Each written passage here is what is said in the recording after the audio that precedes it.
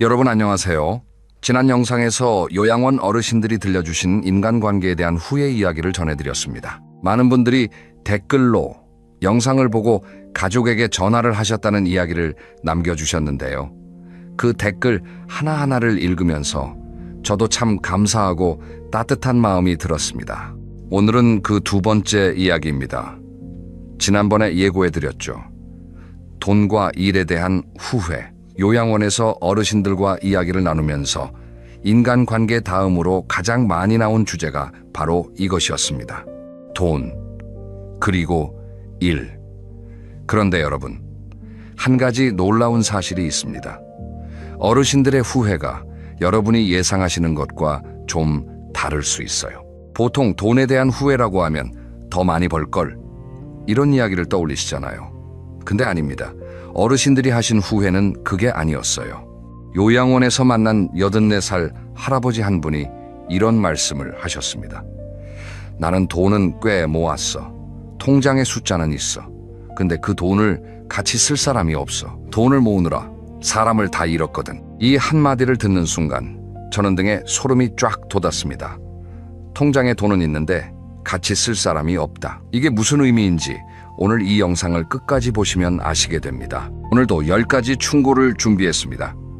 전부 다 인생의 끝자락에서 돌아보며 하신 이야기들입니다. 이 10가지를 듣고 나시면 아마 내일 출근길이 좀 다르게 느껴지실 거예요. 돈을 바라보는 시선도, 일을 대하는 마음도 조금은 달라지실 겁니다. 자, 그러면 시작하겠습니다. 첫 번째 충고입니다. 돈을 아끼기만 하지 말고 쓸 때 쓰세요. 82살 박 할아버지의 이야기입니다. 박 할아버지는 평생 공무원으로 일하셨어요. 30년 넘게 한 자리에서 성실하게 근무하시고 은퇴하신 분입니다. 할아버지에게는 특기가 하나 있었대요. 아끼는 겁니다. 월급이 들어오면 무조건 3분의 1을 저축하셨대요. 옷은 다를 때까지 입고 외식은 1년에 서너 번, 여행은 거의 안 가셨다고 합니다. 아내가 가끔 우리도 한번 여행 가자고 하면 할아버지는 이렇게 말씀하셨대요. 나중에 가자. 은퇴하면 시간 많으니까 그때 가자. 그 나중에가 30년이 되었습니다. 은퇴를 하시고 나니까 아내는 이미 관절이 안 좋아서 먼 곳을 여행할 수가 없게 됐고, 할아버지 본인도 허리가 아파서 오래 걷기가 힘들어지셨대요. 할아버지가 이렇게 말씀하셨어요. 돈은 모았어. 근데 이제 그 돈으로 뭘 할 수가 없어. 다리가 아파서 여행을 못 가. 이가 없어서 맛있는 것도 못 먹어. 젊을 때 여행 한 번, 맛있는 거 한 번 먹었으면 그게 평생 추억이 됐을 텐데. 나는 추억 대신 통장 숫자를 골랐어. 여러분, 이 말씀이 와닿으시나요? 저축이 나쁘다는 게 아닙니다. 물론 저축은 중요합니다. 미래를 위해서 돈을 모으는 건 현명한 일이에요. 근데 문제는 미래만 보고 현재를 전부 희생할 때 생깁니다. 우리가 돈을 모으는 이유가 뭘까요? 행복하기 위해서잖아요. 그런데 행복을 위해 모은 돈을 정작 행복한 순간에 쓰지 못하면 그 돈이 무슨 의미가 있을까요? 여기서 두 번째 충고가 이어집니다. 가족을 위해 쓰는 돈을 아까워하지 마세요. 79살 김할머니의 이야기입니다. 할머니의 남편분은 사업을 하셨는데 집에 돈을 잘 안 쓰시는 분이셨대요. 사업에는 투자를 아끼지 않으면서 집에서는 늘 이런 말을 하셨다고 합니다. 돈 아껴야 해. 우리가 지금 여유 부릴 때가 아니야. 아이들이 학교에서 현장 학습비를 달라고 하면 투덜거리시고, 할머니가 시장에서 과일을 좀 많이 사오면 왜 이렇게 많이 샀냐고 하시고, 할머니가 그러셨어요. 우리 영감이 나쁜 사람은 아니었어. 가족을 먹여 살리려고 열심히 번 사람이야. 근데 그 돈을 가족한테 쓰는 걸 아까워했어. 돈이 나가는 게 불안했던 거야. 남편분이 돌아가시고 나서 통장을 정리해 보니까 꽤 많은 돈이 남아 있었다고 합니다. 할머니가 그 통장을 보면서 이런 생각이 드셨대요. 이 돈으로 아이들이랑 여행 한번 갔으면, 이 돈으로 가족들이랑 외식 한번 했으면 그게 얼마나 좋았을까. 이 통장 숫자보다 그 기억이 훨씬 값졌을 텐데. 여러분, 돈은 도구입니다. 도구는 쓸 때 가치가 생깁니다. 망치가 아무리 좋아도 못을 안 박으면 그냥 쇳덩이잖아요.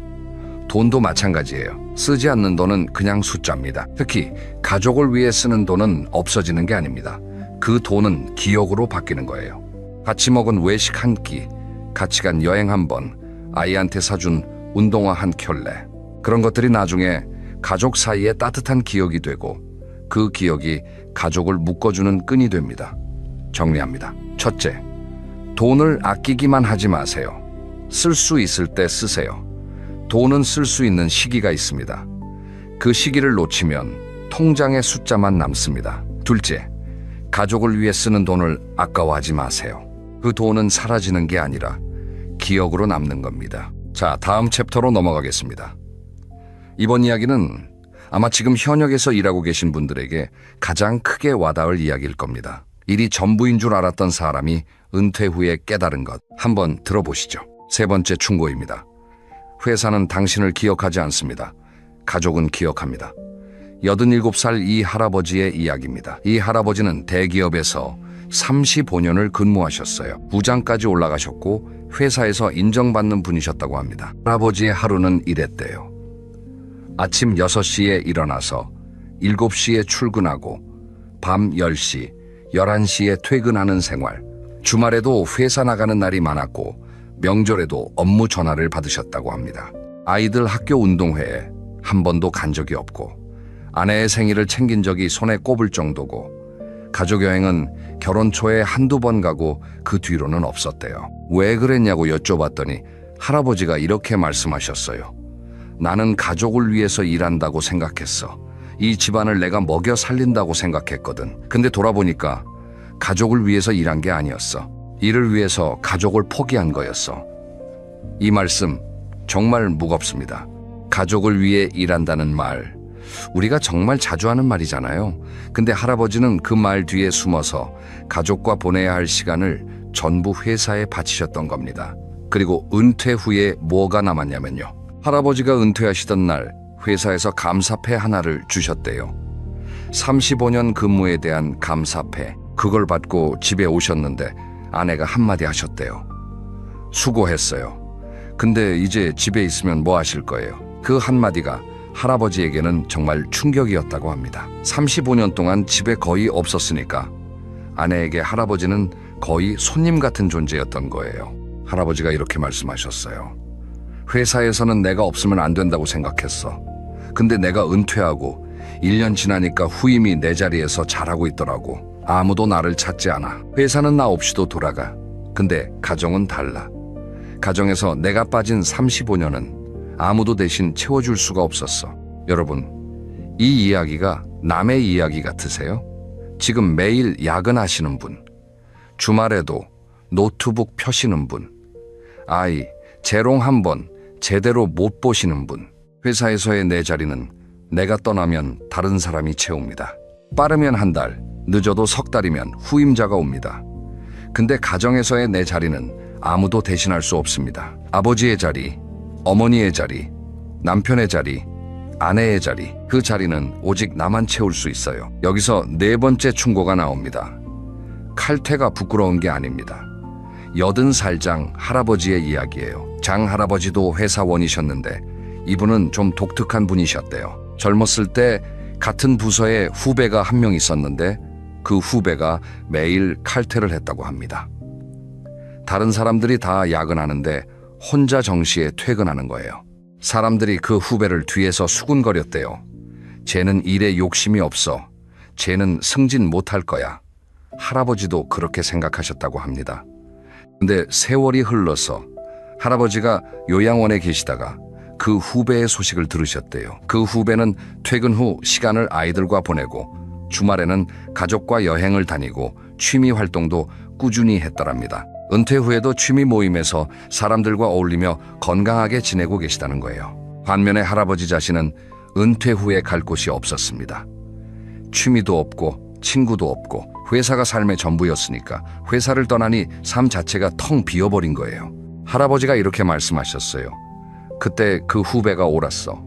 일도 중요하지만 일이 인생의 전부가 되면 안 되는 거야. 나는 35년 동안 일밖에 안 했는데 은퇴하니까 내가 누군지도 모르겠더라고. 명함에서 직함을 빼면 나는 뭔가 아무것도 아니야. 여러분, 명함에서 직함을 빼면 나는 누구인가? 이 질문 한번 스스로에게 던져보시기 바랍니다. 부장이 아닌 나, 대리가 아닌 나, 사장이 아닌 나, 그 직함을 빼고 나면 나에게 남는 건 무엇인지, 가족과의 관계가 남아있는지, 친구가 남아있는지, 취미가 남아있는지, 나를 나로 알아봐주는 사람이 남아있는지. 은퇴 후의 인생은 직함이 아니라 관계와 취미가 채워줍니다. 정리하겠습니다. 셋째, 회사는 당신을 대체할 수 있지만 가정에서의 자리는 아무도 대신할 수 없습니다. 가족과의 시간을 희생하면서까지 일하고 있다면 그 균형을 다시 한번 돌아보세요. 넷째, 칼퇴는 부끄러운 게 아닙니다. 퇴근 후 시간을 가족과 나를 위해 쓰는 건 인생에서 가장 현명한 투자입니다. 자, 여기까지 들으시면서 가슴이 답답해지신 분도 계실 거예요. 다음 챕터는 좀 다른 결의 이야기입니다. 하고 싶은 일이 있었는데 하지 못한 후회, 도전에 대한 이야기인데요. 이 이야기를 들으시면 지금이라도 무언가를 시작해보고 싶은 마음이 드실 겁니다. 다섯 번째 충고입니다.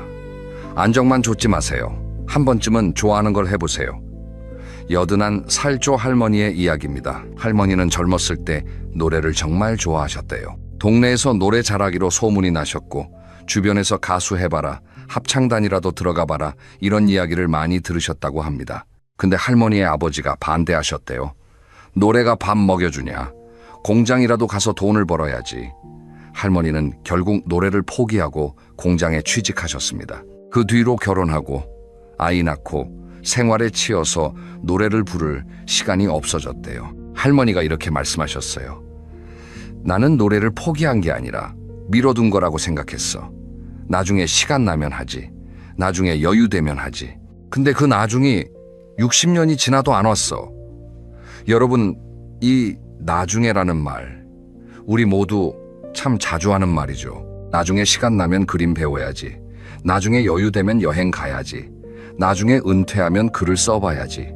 근데 할머니의 이야기처럼 그 나중은 잘 오지 않습니다. 왜냐하면 나중이 되면 또 다른 이유가 생기거든요. 젊을 때는 돈이 없어서 못하고, 중년에는 시간이 없어서 못하고, 노년에는 몸이 안 돼서 못합니다. 할머니는 요양원에서 음악 치료 프로그램에 참여하시면서 처음으로 사람들 앞에서 노래를 부르셨대요.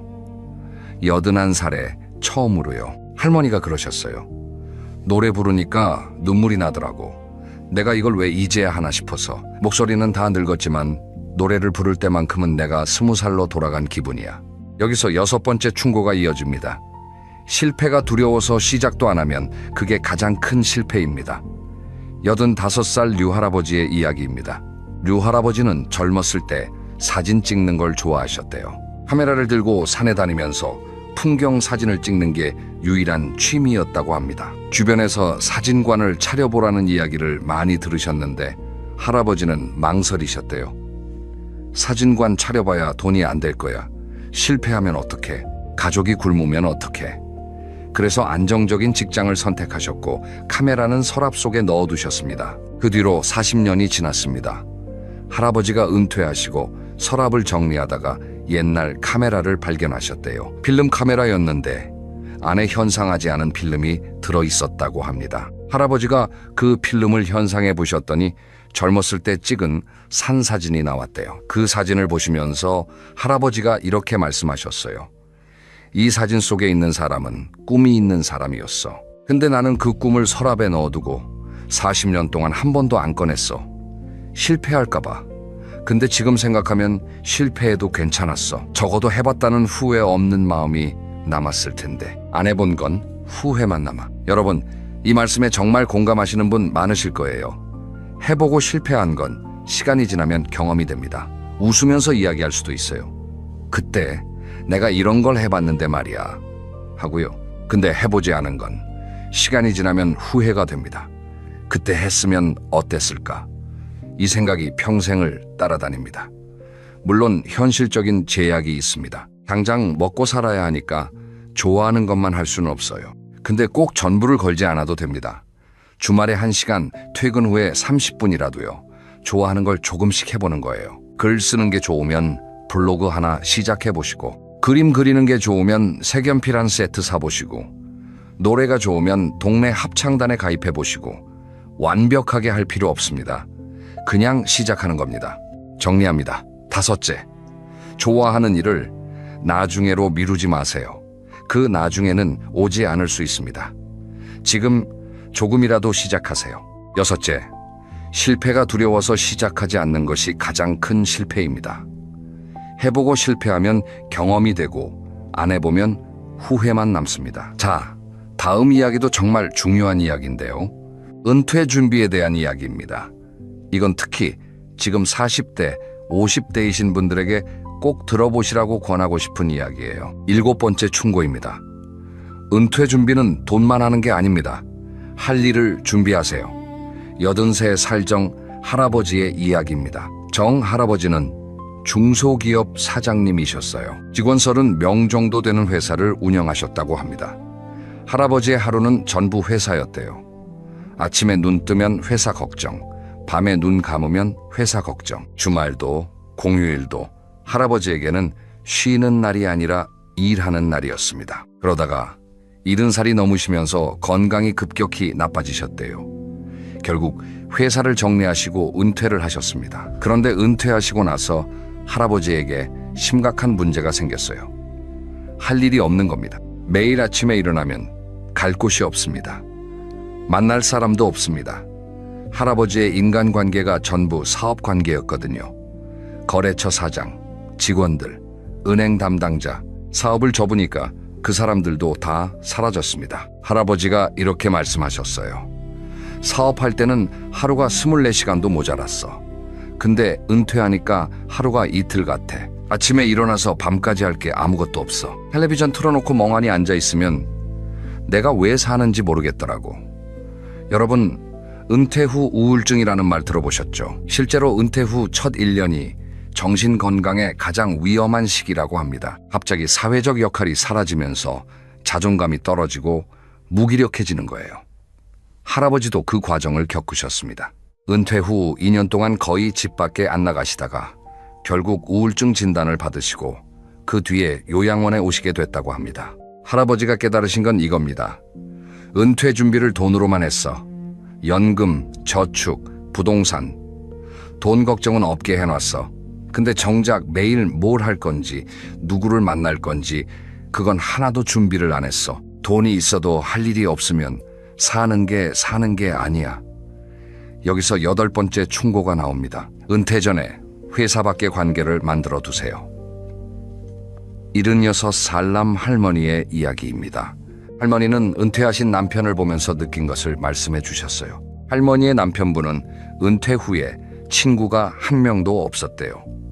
회사 동료들은 전부 은퇴하면서 흩어졌고 동네에서 아는 사람이 없었거든요. 할머니가 그러셨어요. 우리 영감이 은퇴하고 나서 매일 집에만 있으니까 둘 다 미칠 것 같았어. 나는 나대로 내 시간이 있었는데 영감이 하루 종일 집에 있으면서 나한테 말동무 해달라고 하니까 처음에는 안쓰럽다가 나중에는 숨이 막히더라고. 웃으시면서 말씀하셨지만 이게 우리나라 은퇴 가정의 현실이기도 합니다. 남편은 회사 밖에 관계가 없으니까 아내에게만 의지하게 되고 아내는 갑자기 늘어난 남편의 존재에 스트레스를 받는 거예요. 이걸 흔히 남편 은퇴 증후군이라고도 하죠. 할머니가 남편분에게 권하셨대요. 동네 복지관에 가보라고, 등산 모임에 나가보라고, 뭐라도 사람을 만나라고. 남편분이 처음에는 싫다고 하셨는데 억지로 한번 가보시고 나서 조금씩 변화가 생겼다고 합니다. 할머니가 이렇게 말씀하셨어요. 영감이 등산 모임에 나가기 시작하면서 사람이 달라졌어. 표정이 밝아지고 이야기할 거리가 생기고 오늘 산에서 이런 사람 만났다. 다음 주에 어디 간다. 이런 이야기를 하면서 눈이 반짝이더라고. 그 모습을 보니까 내가 다 기뻤어. 여러분, 은퇴 준비, 돈만 챙기시면 안 됩니다. 은퇴 전에 회사 밖의 관계를 하나라도 만들어 놓으세요. 동네 모임이든 취미 동호회든 종교 활동이든 회사와 상관없는 순수하게 나를 위한 관계를 미리 만들어 두시는 거예요. 그리고 은퇴 후에 매일 할 수 있는 일을 하나만 정해 두세요. 산책이어도 좋고 봉사활동이어도 좋고 텃밭 가꾸기여도 좋습니다. 매일 아침에 일어나서 오늘은 이걸 해야지 하는 게 하나라도 있으면 하루가 달라집니다. 정리합니다. 7째, 은퇴 준비는 돈만이 아닙니다. 은퇴 후 매일 무엇을 할지 그걸 준비하세요. 여덟째, 은퇴 전에 회사 밖의 관계를 만들어 두세요. 회사 사람들은 은퇴하면 사라지지만 동네 친구는 평생 곁에 있습니다. 자, 다음 이야기는 좀 더 깊은 이야기입니다. 돈과 시간, 이 둘 중에 뭐가 더 소중하냐는 이야기인데요. 요양원 어르신들의 대답이 아주 명쾌합니다. 한번 들어보시죠. 9번째 충고입니다. 돈은 다시 벌 수 있지만 시간은 다시 살 수 없습니다. 89살 황 할아버지의 이야기입니다. 황 할아버지는 평생 택시 운전을 하신 분이에요. 매일 12시간에서 14시간씩 운전대를 잡으셨다고 합니다. 쉬는 날도 거의 없이 한 달에 하루 이틀 쉬시면서 오로지 가족 생활비와 아이들 학비를 위해 일하셨대요. 할아버지의 아이들은 셋인데 셋 다 대학까지 보내셨다고 합니다. 할아버지 입장에서는 정말 자랑스러운 일이었죠. 근데 할아버지가 이런 말씀을 하셨어요. 애들 대학 보내느라 내 시간을 전부 줬어. 첫째, 졸업식도 못 갔어. 그날도 운전했거든. 둘째, 결혼식 날도 하객 태워야 해서 늦게 갔어. 막내가 어릴 때 아빠 놀아달라고 했는데 나는 피곤해서 자라고만 했어. 할아버지가 잠시 멈추시더니 이렇게 말씀하셨습니다. 돈은 벌었어. 근데 시간은 못 벌었어. 아이들이 크는 건 한 번뿐이야. 첫 걸음마, 첫 말, 첫 학교, 그런 것들을 나는 하나도 못 봤어. 택시 안에서 다른 사람들을 태우고 있었으니까. 여러분, 이 이야기를 들으시면서 어떤 생각이 드셨나요? 물론 할아버지의 상황은 이해가 됩니다. 먹고 살려면 일을 해야 하니까요. 그 세대에는 선택의 여지가 없으셨을 겁니다. 근데 할아버지가 후회하시는 건 일을 한 것 자체가 아닙니다.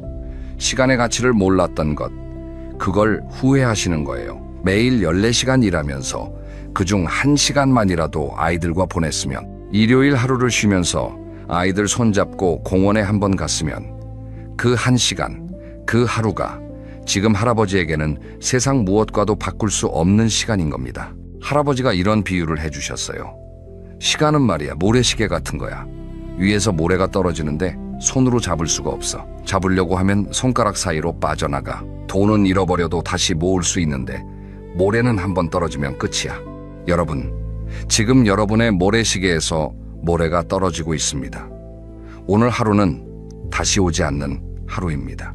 오늘 아이와 보내지 않은 시간은 내일 보충할 수 없습니다. 오늘 부모님께 전화하지 않은 그 3분은 영영 사라진 3분입니다. 돈을 버는 건 중요합니다. 하지만 돈을 벌기 위해 모든 시간을 바치는 것은 결국 가장 비싼 것을 가장 싼 것으로 바꾸는 거나 다름없습니다. 시간은 세상에서 가장 비싼 재화입니다. 왜냐하면 어떤 돈으로도 살 수 없으니까요. 정리합니다. 9째, 돈보다 시간이 귀합니다. 돈은 다시 벌 수 있지만 지나간 시간은 아무리 많은 돈을 줘도 되돌릴 수 없습니다. 오늘 하루 소중한 사람과 보내는 시간을 아끼지 마세요. 자, 이제 마지막 챕터입니다. 이 마지막 이야기가 오늘 10가지 충고의 마침표를 찍는 이야기예요. 자녀에게 남기고 싶은 것에 대한 이야기인데요. 어르신들의 대답이 정말 뜻밖이었습니다. 10번째 충고입니다. 자녀에게 돈을 남기려 하지 말고 기억을 남기세요. 이건 한 분의 이야기가 아니라 요양원에서 만난 여러 어르신들이 공통으로 하신 말씀입니다. 먼저 86살 손할머니의 이야기를 들려드릴게요. 손할머니에게는 아들 둘이 있습니다. 할머니와 남편분은 평생 아끼며 사시면서 아이들에게 재산을 남겨주는 게 부모의 도리라고 생각하셨대요. 작은 아파트 하나를 마련해서 큰아들한테 물려주고 적금을 모아서 작은아들한테 결혼자금으로 주셨다고 합니다. 근데 문제는 재산을 나누고 나서 생겼습니다. 큰아들은 아파트를 받고 나서 고맙다는 말 한마디 없었고 작은아들은 결혼하고 나서 연락이 뜸해졌대요. 할머니가 이렇게 말씀하셨어요. 재산을 줬더니 부모가 필요 없어진 거야. 줄 게 있을 때는 명절에 왔는데 다 주고 나니까 안 와. 차라리 재산 대신 같이 여행을 가고 같이 밥을 먹었으면 그 기억이 애들 마음에 남았을 텐데 통장 숫자는 쓰면 사라지지만 기억은 안 사라지잖아. 여러분, 이 이야기가 불편하게 느껴지실 수도 있습니다. 물론 모든 자녀가 이런 건 아닙니다. 부모에게 받은 것에 감사하며 효도하는 자녀도 많습니다. 근데 할머니가 하고 싶으신 말씀의 핵심은 자녀와의 관계를 돈으로 유지하려 하면 안 된다는 거예요. 관계는 돈이 아니라 시간과 경험으로 쌓이는 겁니다. 부모가 자녀에게 남길 수 있는 가장 큰 유산은 아파트가 아니라 우리 가족이 함께했던 따뜻한 기억입니다. 같은 요양원에 계신 80살 문 할아버지의 이야기도 이어서 들려드릴게요. 문 할아버지는 손 할머니와는 좀 다른 경우입니다. 할아버지는 자녀에게 물려줄 재산이 별로 없었대요. 평범한 회사원으로 사시면서 넉넉하지 않은 살림이었다고 합니다. 근데 할아버지가 한 가지 꼭 하신 게 있어요. 매주 일요일마다 가족과 함께 시간을 보내신 겁니다. 아이들이 어렸을 때는 동네 뒷산에 같이 가고 커서는 같이 영화 보고 결혼한 뒤에도 한 달에 한 번은 온 가족이 모여서 밥을 먹었대요. 할아버지가 이렇게 말씀하셨어요. 나는 애들한테 줄 돈은 없었어. 근데 시간은 줬어. 매주 일요일을 줬어. 그래서인지 우리 애들이 아직도 나를 찾아와. 아들이 오면 이런 이야기를 해. 아버지, 나는 어릴 때 일요일마다 뒷산 가던 게 제일 좋은 기억이야. 그 말 들으면 내가 부자보다 더 부자야. 여러분, 이 두 이야기를 비교해 보시면 답이 보이실 겁니다. 재산을 남긴 할머니의 자녀는 연락이 뜸해졌고 시간을 남긴 할아버지의 자녀는 아직도 찾아옵니다. 물론 재산을 물려주는 것도 부모의 사랑입니다. 그걸 부정하는 게 아닙니다. 다만 재산만 남기면 부족합니다. 재산과 함께, 아니 재산보다 먼저 기억을 남겨주세요. 같이 밥 먹은 기억, 같이 웃은 기억, 같이 울어준 기억, 같이 걸어간 기억.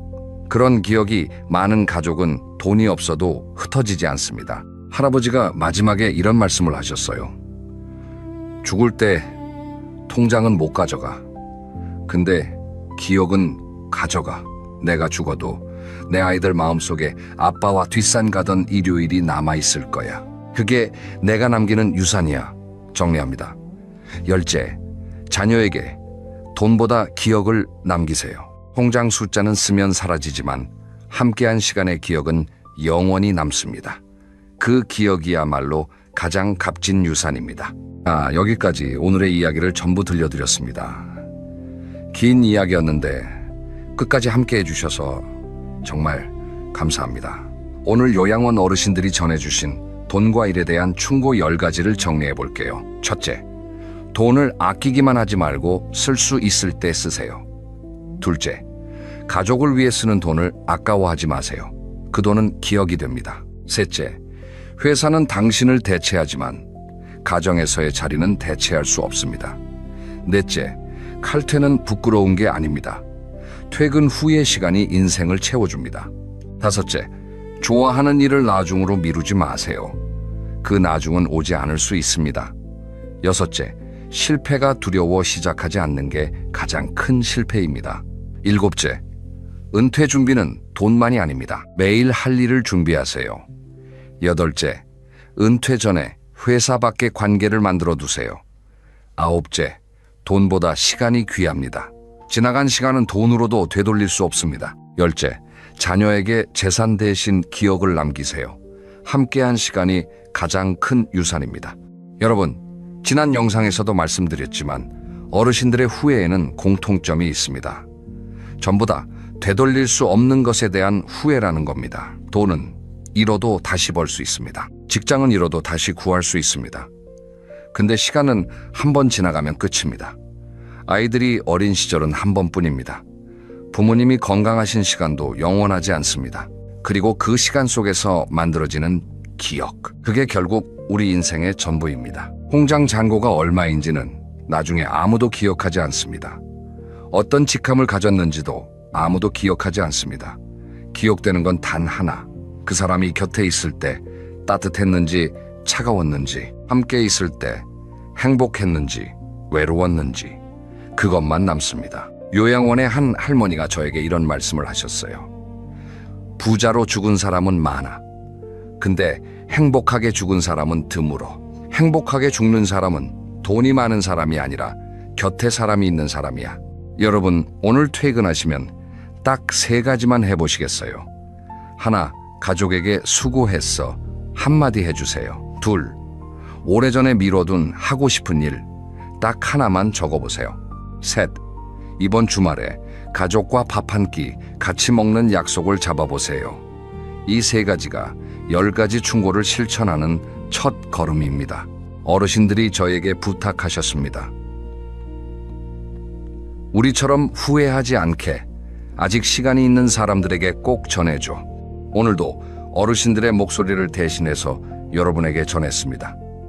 여러분에게 지금 있는 시간, 그것이 세상에서 가장 큰 재산입니다. 그 재산을 부디 현명하게 쓰시길 바랍니다. 다음 영상에서는 어르신들이 들려주신 세 번째 이야기를 준비하고 있습니다. 마음가짐과 행복의 비결에 대한 이야기인데요. 비교를 멈추고 감사를 시작했을 때 인생이 어떻게 달라졌는지 그 이야기를 다음에 전해드리겠습니다. 그러면 오늘도 여러분의 하루가 따뜻하기를 바랍니다. 감사합니다. 여러분, 오늘 한 가지 질문으로 시작하겠습니다. 지금 여러분 통장에 갑자기 3천만 원을 꺼냈을 수 있으십니까? 갑자기 무릎이 아파서 인공관절 수술을 받아야 한다면, 배우자가 뇌졸중으로 쓰러져서 당장 병원비가 필요하다면 그 돈을 바로 마련할 수 있으신가요? 놀라운 사실 하나를 말씀드리겠습니다. 최근 통계청의 가계금융복지조사 결과를 보면요, 70대 고령 가구 10가구 중 4가구 이상은 저축액이 1,000만 원도 채 되지 않았습니다. 1,000만 원에서 3,000만 원 사이인 가구까지 합치면 무려 10가구 중 6가구 이상이 당장 급한 일이 생겼을 때 쓸 수 있는 현금 3,000만 원이 통장에 없다는 겁니다. 그런데 참 이상한 일이죠. 이분들이 재산이 없는 분들이 아닙니다. 아파트 한 채, 작은 빌라 한 채라도 가지고 계신 분들이 대부분이에요. 재산은 있는데 정작 지갑은 텅 비어 있는 겁니다. 이게 바로 오늘 제가 여러분께 꼭 드리고 싶은 이야기입니다. 오늘 이 영상에서는요, 왜 70대의 현금이 반드시 있어야 하는지, 도대체 얼마나 있어야 마음이 편한 건지, 그리고 지금이라도 현금을 만들 수 있는 현실적인 방법까지 하나하나 차근차근 풀어드리겠습니다. 끝까지 보시면 분명히 나도 이렇게 하면 되겠구나 하는 답을 찾으실 수 있을 겁니다. 자, 그럼 시작하겠습니다. 첫 번째 이야기입니다. 집은 있는데 왜 가난할까? 하우스 리치, 캐시푸어의 함정이라는 주제로 말씀드리겠습니다. 하우스 리치, 캐시푸어. 영어로 들으면 좀 어렵게 느껴지실 수 있는데요. 쉽게 말하면 이겁니다. 집 부자인데 현금 거지. 좀 거친 표현이지만 우리나라 70대 어르신들의 현실을 가장 정확하게 표현하는 말입니다. 여러분, 냉장고를 한번 떠올려 보십시오. 냉장고가 꽉 차 있으면 마음이 든든하잖아요. 그런데 만약 냉장고 안에 있는 게 전부 얼어붙은 덩어리라서 당장 오늘 저녁 밥상에 올릴 수 있는 게 아무것도 없다면 어떨까요? 배는 고픈데 먹을 건 없는 거예요. 지금 우리나라 70대의 많은 분들의 자산 상황이 딱 이렇습니다. 하나금융그룹이 발표한 보고서를 보면요, 우리나라 60세 이상 고령층의 자산 중에서 약 85%가 부동산에 쏠려 있다고 합니다. 85%라니 거의 다 집이랑 땅에 묶여 있는 거예요. 금융자산. 그러니까 통장에 들어있는 돈이나 주식이나 보험 같은 건 고작 15% 남짓에 불과합니다. 이걸 좀 더 쉽게 설명해 드릴게요.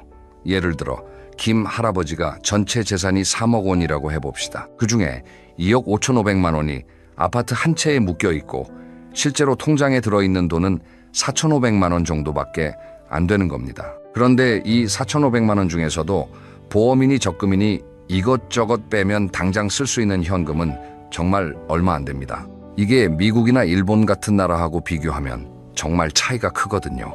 미국 같은 경우는 고령층 자산에서 부동산이 차지하는 비중이 30에서 40% 정도이고요. 일본도 50에서 60% 수준입니다. 우리나라는 80%가 넘으니까 선진국에 비해서 부동산 쏠림이 유독 심한 거예요. 왜 이렇게 됐을까요? 여러 가지 이유가 있지만 가장 큰 건 우리 세대의 경험 때문입니다. 우리나라가 고도 경제 성장을 하던 시절에는 집을 사면 가격이 올랐어요. 내 집 마련이 곧 재테크였고 부동산이 가장 안전한 자산이라는 믿음이 뼛속까지 박혀 있습니다. 다가 자녀들 교육비, 결혼자금 이런 것들을 다 대느라 현금은 계속 빠져나갔지만 집만은 꼭 붙들고 있었던 거죠. 그런데 문제는요, 70대가 되면 상황이 완전히 달라진다는 겁니다. 일을 해서 돈을 벌던 시절이 끝나고 매달 들어오는 수입은 뚝 끊기는데 나가는 돈은 오히려 늘어납니다. 병원비, 약값, 관리비, 생활비 이런 것들이 매달 빠져나가는데 정작 통장에는 돈이 없으니까 불안해지는 거예요. 여러분, 기업에서도 이런 일이 벌어집니다. 재산은 많은데 당장 쓸 현금이 없어서 문을 닫는 회사를 뭐라고 하는지 아시죠? 흑자도산이라고 합니다. 장부상으로는 돈을 벌고 있는데 실제로 직원들 월급 줄 돈이 없어서 망하는 거예요. 우리 가정도 마찬가지입니다. 집이 3억, 5억이어도 매달 필요한 생활비를 마련하지 못하면 그건 사실상 파산과 다를 바 없는 겁니다. 2024년 가계금융복지조사 결과를 보면 은퇴 가구 중에서 생활비가 부족하다고 느끼는 비율이 57%에 달했습니다. 10명 중 6명 가까이가 매달 생활비가 모자라다고 느끼고 있는 거예요. 집은 있는데 돈이 없다. 이 한 문장이 지금 우리나라 70대의 가장 아픈 현실입니다. 그리고 또 하나 중요한 게 있습니다. 70대가 되면 부동산을 팔고 싶어도 쉽게 팔 수가 없어요. 일단 수십 년 살아온 동네를 떠나기가 쉽지 않잖아요. 병원도 가깝고 이웃도 익숙하고 매일 다니던 산책길도 있고 거기다 집을 팔면 양도세, 취득세 같은 세금이 나가고 이사 비용도 만만치 않습니다. 작은 집으로 옮기고 싶어도 70대가 선호하는 엘리베이터 있는 소형 주택은 공급 자체가 부족하다고 합니다. 그러니까 정리하면 이렇습니다. 우리나라 70대 어르신들은 재산은 있는데 그 재산의 대부분이 부동산에 꽁꽁 묶여 있어서 정작 매달 필요한 생활비와 비상금을 마련하기가 너무 어려운 상황이라는 겁니다. 이게 바로 현금이 왜 중요한지를 말해주는 첫 번째 이유입니다. 자, 그러면 두 번째 이야기로 넘어가겠습니다. 70대에 돈이 급하게 필요한 순간들, 어떤 것들이 있을까요? 젊었을 때는 돈이 급하게 필요한 일이 생겨도 어떻게든 벌어서 메꿀 수 있었습니다. 야근을 더 하든 아르바이트를 하든 대출을 받든 방법이 있었어요. 그런데 70대가 되면 그런 선택지가 대부분 사라집니다. 소득은 끊겼고 은행에서 대출을 해주려고 하지도 않아요. 바로 이 점이 70대의 현금을 갖고 있어야 하는 핵심적인 이유입니다. 둘째, 의료비 폭탄입니다. 이건 정말 아무리 강조해도 모자랍니다. 70대에 가장 무서운 게 뭐냐고 물으면 많은 분들이 병이라고 대답하시는데요. 사실 병 자체보다 더 무서운 건 병원비입니다. 연구에 따르면 한국인의 인당 생애 의료비는 남성이 약 1억 8천만 원, 여성이 약 2억 2천만 원 수준으로 추산됩니다. 그런데 이 의료비의 절반 이상이 65세 이후에 집중적으로 발생한다고 합니다. 특히 뇌혈관 질환 같은 경우는 전체 의료비의 80% 이상이 65세 이후에 나온다는 연구 결과도 있습니다. 구체적으로 어떤 상황이 벌어지는지 한번 상상해 보십시오. 어느 날 아침에 배우자가 갑자기 쓰러집니다. 구급차를 타고 응급실에 갔더니 뇌경색이래요. 수술을 해야 하고 중환자실에 들어가야 합니다. 건강보험이 있으니까 전부 다 나라에서 내주는 거 아니야, 이렇게 생각하시는 분들 계시죠? 절대 그렇지 않습니다. 건강보험에서 보장해주는 부분이 있지만 비급여 항목이라는 게 있어요. 특수치료제, 상급 병실 차액, 간병인 비용 같은 것들은 환자가 직접 내야 합니다. 한 달 입원비가 300만 원에서 500만 원이 나올 수도 있고 요양병원으로 옮기면 자기 부담금이 월 80만 원에서 300만 원까지 나갈 수 있습니다. 이게 한 달이면 괜찮을 수도 있어요. 그런데 70대 이후의 질병은 한 달 만에 끝나는 게 아닙니다. 석 달, 6개월, 1년 이상 계속될 수 있어요. 그러면 1,000만 원, 2,000만 원은 순식간에 사라집니다. 이때 통장에 비상금이 없으면 어떻게 되겠습니까? 집을 급하게 팔아야 하는 상황이 오는 겁니다. 금매로 내놓으면 제값을 못 받죠. 아니면 자녀들에게 손을 벌려야 합니다. 그 마음이 어떻겠습니까? 둘째, 간병비입니다. 우리나라 평균 수명은 약 82세 정도인데요. 건강하게 활동할 수 있는 건강 수명은 70세 안팎이라고 합니다. 이 말은 뭐냐면 평균적으로 약 10년에서 12년 정도는 어딘가 아프면서 다른 사람의 도움을 받아가며 살아야 한다는 뜻입니다. 거동이 불편해져서 요양원에 가게 되면 자기 부담금이 월 50만 원에서 80만 원, 요양병원은 월 80만 원에서 300만 원까지 나간다고 합니다. 집에서 간병인을 고용하면 일당이 10만 원에서 15만 원이에요. 한 달이면 300만 원에서 450만 원입니다. 이런 비용이 몇 년씩 계속된다고 생각해 보십시오. 현금 준비가 되어 있지 않으면 정말 막막해지는 겁니다. 셋째, 관혼상제 비용입니다. 70대가 되면 주변에 안 좋은 소식이 많아집니다. 친구분이 돌아가시기도 하고 형제 중에 갑자기 세상을 떠나시는 분도 있어요. 부의금도 내야 하고 혹시 배우자가 먼저 가시게 되면 장례 비용도 본인이 감당해야 합니다. 장례 비용은 평균적으로 1,000만 원에서 2천만 원 정도 든다고 합니다. 그리고 손자, 손녀 돌잔치, 결혼식 같은 경사에도 빈손으로 갈 수는 없잖아요. 이런 경조사비가 70대에는 생각보다 큰 부담이 됩니다. 넷째, 주거 관련 비용입니다. 오래된 집에 살고 계시면 보일러가 고장 나기도 하고 수도관이 터지기도 하고 지붕에서 물이 새기도 합니다. 이런 수리비가 한 번에 500만 원, 1,000만 원씩 나갈 수 있어요. 특히 겨울에 보일러가 고장 나면 당장 그날 밤부터 난방이 안 되니까 급하게 고쳐야 하는데 이때 현금이 없으면 정말 난감해집니다. 다섯째, 금융사기입니다. 이건 좀 다른 차원의 문제인데요. 요즘 70대를 노리는 보이스피싱이나 투자 사기가 정말 많습니다. 물론 사기를 당하지 않는 게 최선이지만 만약 사기를 당해서 큰 돈을 잃었을 때 최소한의 생활 자금은 따로 남겨두어야 합니다. 전 재산을 한 곳에 넣어두지 말고 비상 자금만큼은 절대 건드리지 않는 별도의 통장에 보관해야 한다는 뜻이에요. 이 5가지 상황 중에서 단 하나도 겪지 않을 자신이 있으시다면 그분은 정말 축복받은 분입니다. 하지만 현실적으로 70대를 보내면서 이 중 한두 가지는 반드시 겪게 됩니다. 그때 현금이 있느냐 없느냐가 여러분의 노후 삶의 질을 완전히 바꿔놓는 겁니다. 자, 여기까지 들으시면 이런 생각이 드실 수 있습니다. 나는 국민연금을 받고 있으니까 괜찮지 않을까? 그래서 세 번째 이야기를 준비했습니다. 연금만으로는 왜 부족한가? 이 부분은 정말 중요하니까 집중해서 들어주십시오. 국민연금, 참 고마운 제도입니다. 매달 꼬박꼬박 통장에 들어오니까 든든하게 느껴지시죠? 그런데 여러분, 지금 받고 계신 국민연금이 매달 얼마인지 정확히 계산해 보신 적 있으세요? 2025년 기준으로 국민연금 평균 수령액은 대략 60만 원에서 70만 원 사이입니다. 자, 그러면 한 달 생활비는 얼마나 들까요? 국민연금연구원에서 조사한 바에 따르면 70대 부부 기준 적정 생활비는 약 230만 원에서 240만 원 정도이고 혼자 사시는 분은 약 145만 원 정도라고 합니다. 계산이 바로 나오시죠? 국민연금으로 매달 70만 원을 받는데 혼자 사셔도 최소 145만 원이 필요하니까 75만 원이 모자랍니다. 부부라면 더 심각합니다.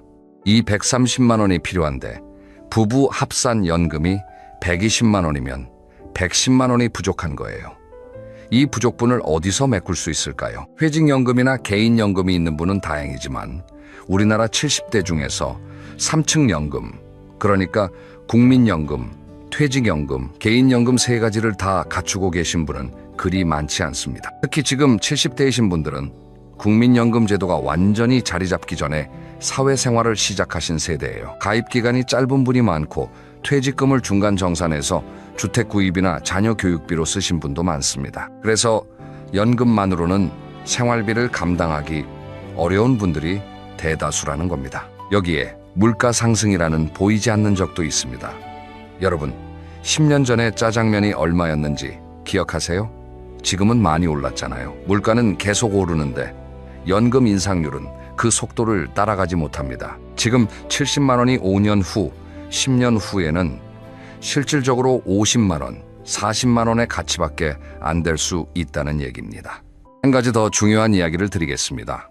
연금의 가장 큰 약점이 뭔지 아십니까? 매달 정해진 금액만 나온다는 겁니다. 매달 꼬박꼬박 들어오는 건 좋은데 갑자기 1,000만 원, 2,000만 원이 필요한 상황에서는 아무 소용이 없어요. 앞에서 말씀드렸던 것처럼 배우자가 갑자기 쓰러져서 수술비로 2천만 원이 필요하다고 해봅시다. 연금이 매달 100만 원씩 나오더라도 2천만 원을 모으려면 20개월이 걸립니다. 이래서 연금과 현금은 역할이 다른 겁니다. 연금은 매달 흘러들어오는 냇물이에요. 목마를 때 한 모금씩 마실 수 있는 물이죠. 하지만 현금은 갑자기 불이 났을 때 쏟아부을 수 있는 물탱크입니다. 평소에는 가만히 있지만 위기 상황에서 나를 구해주는 거예요. 냇물도 필요하고 물탱크도 필요합니다. 둘 다 있어야 안전한 거예요. 선진국에서는 이 점을 잘 알고 있어서요. 은퇴 설계를 할 때 연금만 준비하는 게 아니라 반드시 비상현금도 따로 마련하도록 교육하고 있습니다. 미국, 일본, 독일 같은 나라의 노인분들에게 매달 주요 수입원이 뭐냐고 물어보면 연금이라고 답한다고 해요. 하지만 그와 별도로 비상자금은 꼭 갖고 있습니다. 자, 그러면 이제 가장 중요한 질문에 답을 할 차례입니다. 도대체 현금을 얼마나 갖고 있어야 할까요? 네 번째 이야기입니다. 그러면 현금은 얼마나 있어야 할까? 이 질문에 대한 답은 사실 사람마다 다릅니다. 서울에 사시는 분과 시골에 사시는 분은 생활비가 다르고 건강 상태도 다르고 가족 상황도 다르니까요. 그래서 일률적으로 얼마라고 말씀드리기는 어렵지만 기본적인 계산법은 있습니다. 전문가들이 공통적으로 이야기하는 첫 번째 기준은 최소 6개월에서 1년치 생활비를 현금으로 보유하라는 겁니다. 예를 들어 한 달 생활비가 200만 원이라면 200만 원 곱하기 12개월에서 2,400만 원 정도는 언제든 꺼내 쓸 수 있는 형태로 갖고 있어야 한다는 거예요. 그런데 여기서 끝이 아닙니다. 70대에는 앞서 말씀드린 것처럼 의료비 같은 큰 지출이 갑자기 발생할 수 있잖아요. 그래서 생활비와는 별도로 비상의료자금을 추가로 마련해야 합니다. 이 금액은 최소 2천만 원에서 3천만 원 정도로 잡는 것이 안전합니다. 정리하면 매달 생활비 200만 원 기준으로 1년치 생활비 2,400만 원의 비상의료자금 3천만 원을 더하면 약 5,400만 원입니다. 물론 넉넉하게 잡으면 7천만 원에서 1억 원까지도 권장하는 전문가가 있습니다. 여기서 일본의 사례를 한번 비교해 보겠습니다. 일본은 우리나라보다 먼저 초고령화를 경험한 나라입니다. 일본 70대 가구의 46%가 저축액이 1,000만 엔, 우리 돈으로 약 9천만 원 이상을 보유하고 있다고 합니다.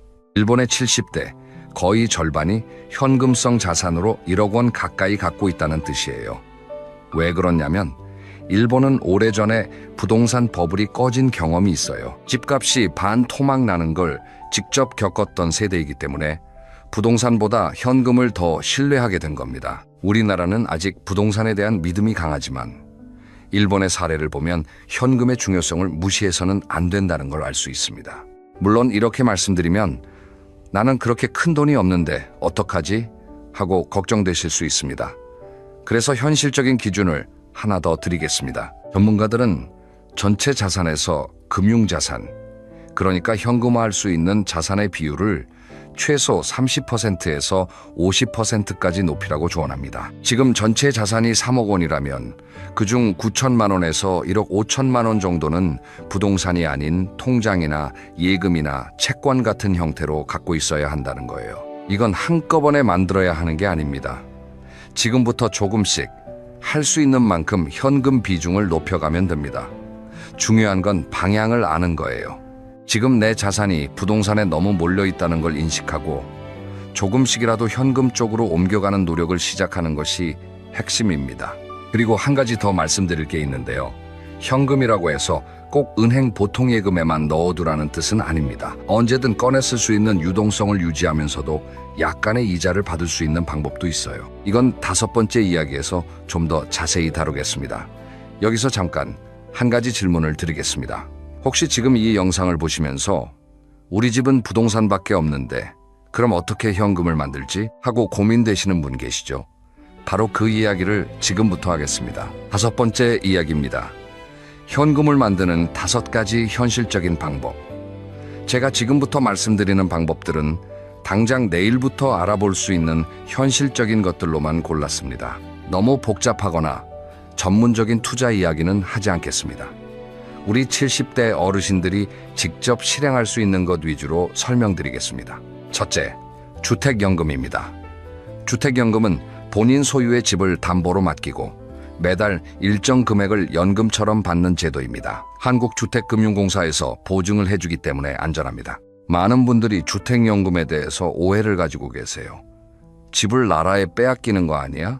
이렇게 생각하시는 분이 있는데 전혀 그렇지 않습니다. 주택연금에 가입하셔도 그 집에 계속 사실 수 있어요.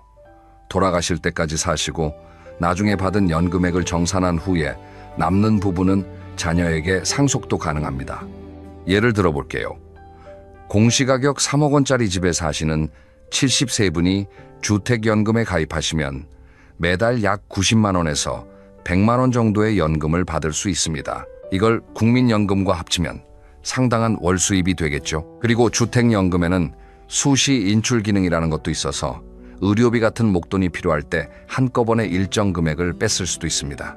그러니까 주택연금은 매달 나오는 생활비도 되고 비상시 현금 역할도 할 수 있는 일석이조의 방법인 거예요. 둘째, 다운사이징입니다. 다운사이징이라는 말이 좀 어려울 수 있는데 쉽게 말하면 지금 사시는 큰 집을 팔고 좀 더 작고 저렴한 집으로 옮기는 것을 말합니다. 70대가 되면 자녀들은 이미 다 독립했잖아요. 통계를 보면 65세 이상 가구 중에서 1인 또는 2인 가구 비중이 80%가 넘습니다.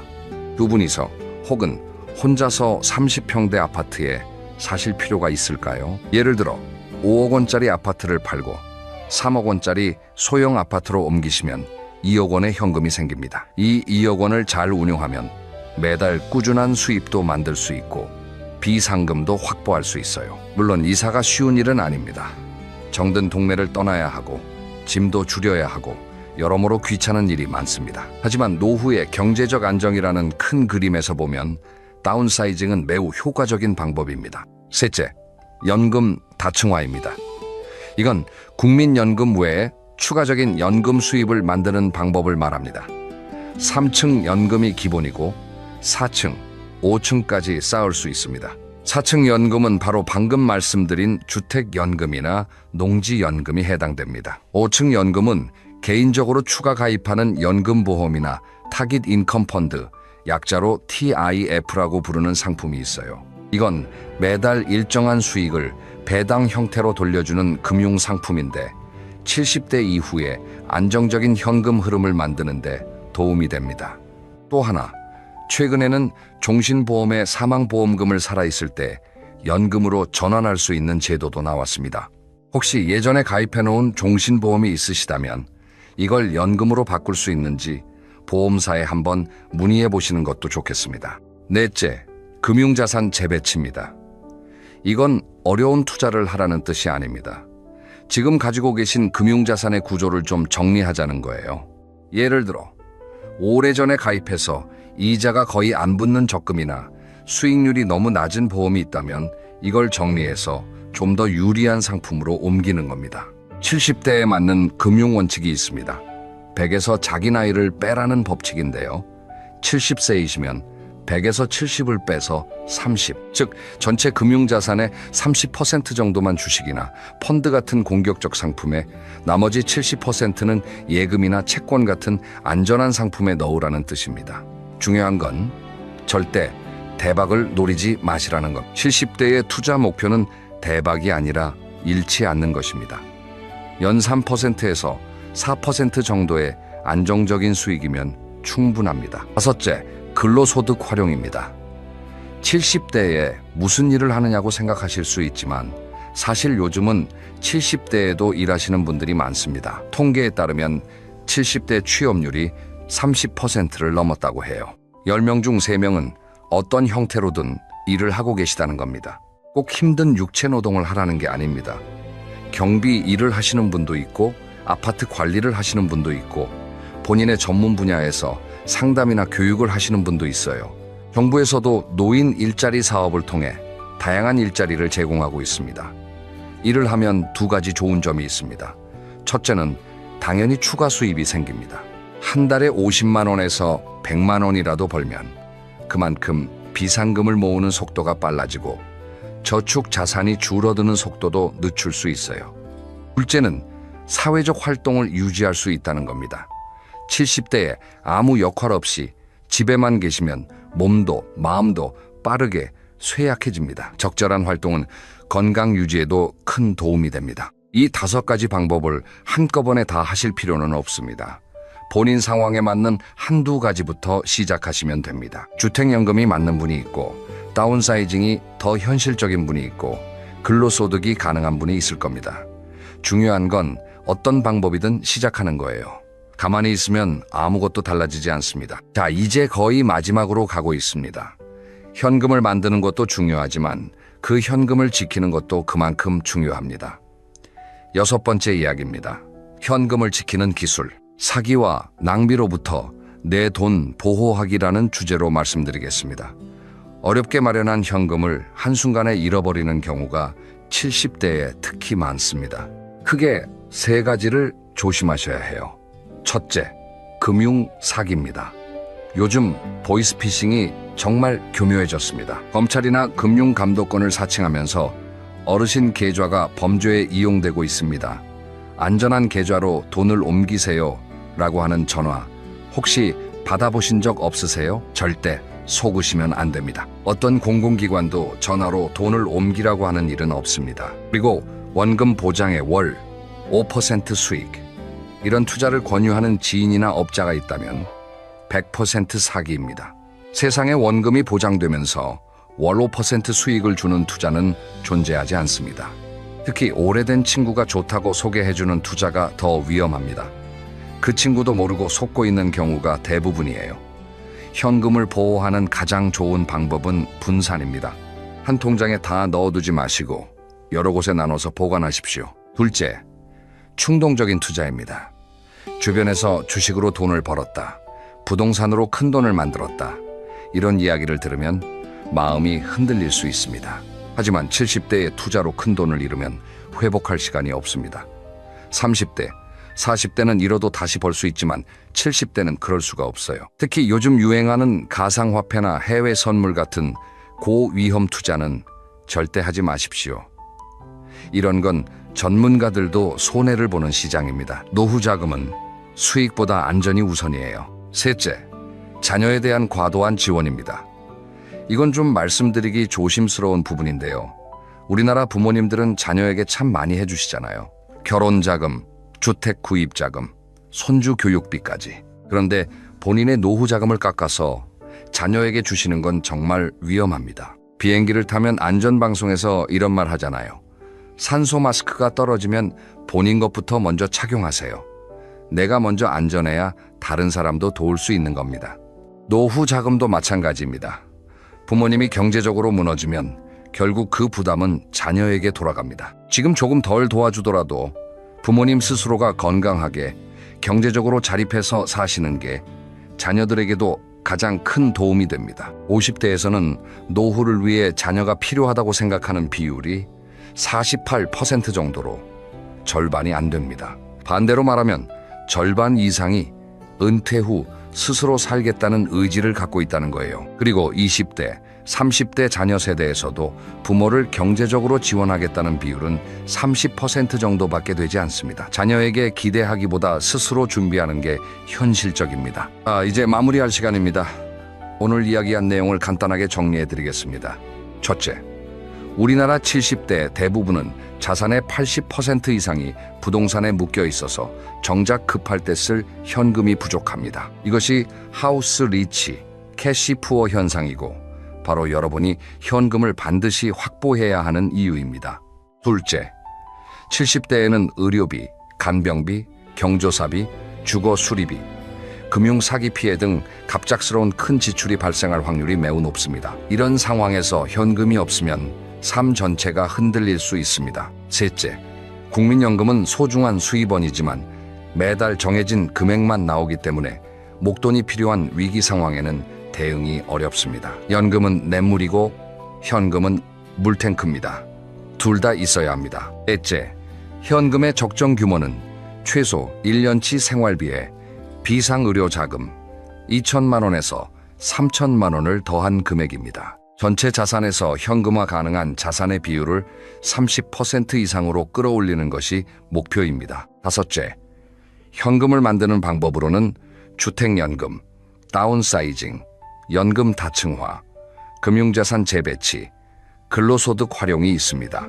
자기 상황에 맞는 방법부터 시작하시면 됩니다. 여섯째, 어렵게 만든 현금은 금융 사기, 충동 투자, 자녀에 대한 과도한 지원이라는 세 가지 위험으로부터 반드시 지켜야 합니다. 여러분, 70대의 현금은 단순한 돈이 아닙니다. 그것은 존엄입니다. 아플 때 치료를 받을 수 있는 존엄, 누구에게 손 벌리지 않고 살아갈 수 있는 존엄, 갑자기 어려운 일이 닥쳐도 당황하지 않을 수 있는 마음의 여유, 이 모든 게 통장 잔고에서 시작됩니다. 지금 당장 큰 돈을 만들 수 없더라도 괜찮습니다. 오늘 이 영상을 보신 것 자체가 이미 첫 번째 걸음입니다. 내일 아침에 은행에 가셔서 비상금 통장 하나를 따로 만드십시오. 한 달에 10만 원이라도 좋습니다. 거기서부터 시작하시면 됩니다. 오늘 긴 이야기 끝까지 들어주셔서 정말 감사합니다. 다음 영상에서는 70대가 절대 해서는 안 되는 투자 5가지에 대해서 이야기해 드리겠습니다. 주변에 이런 투자를 권유받고 계신 분이 있다면 다음 영상도 꼭 챙겨보시기 바랍니다. 그럼 다음에 또 만나요. 건강하십시오. 여러분 안녕하세요. 오늘은 제 이야기를 좀 해볼까 합니다. 좀 부끄러운 이야기인데요. 솔직하게 말씀드리겠습니다. 지난달 20날이었습니다. 저는 통장을 열어봤습니다.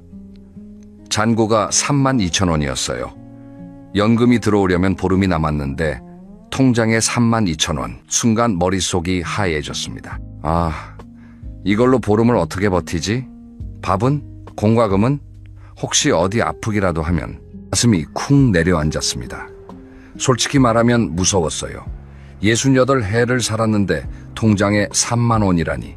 32년을 공장에서 일했습니다.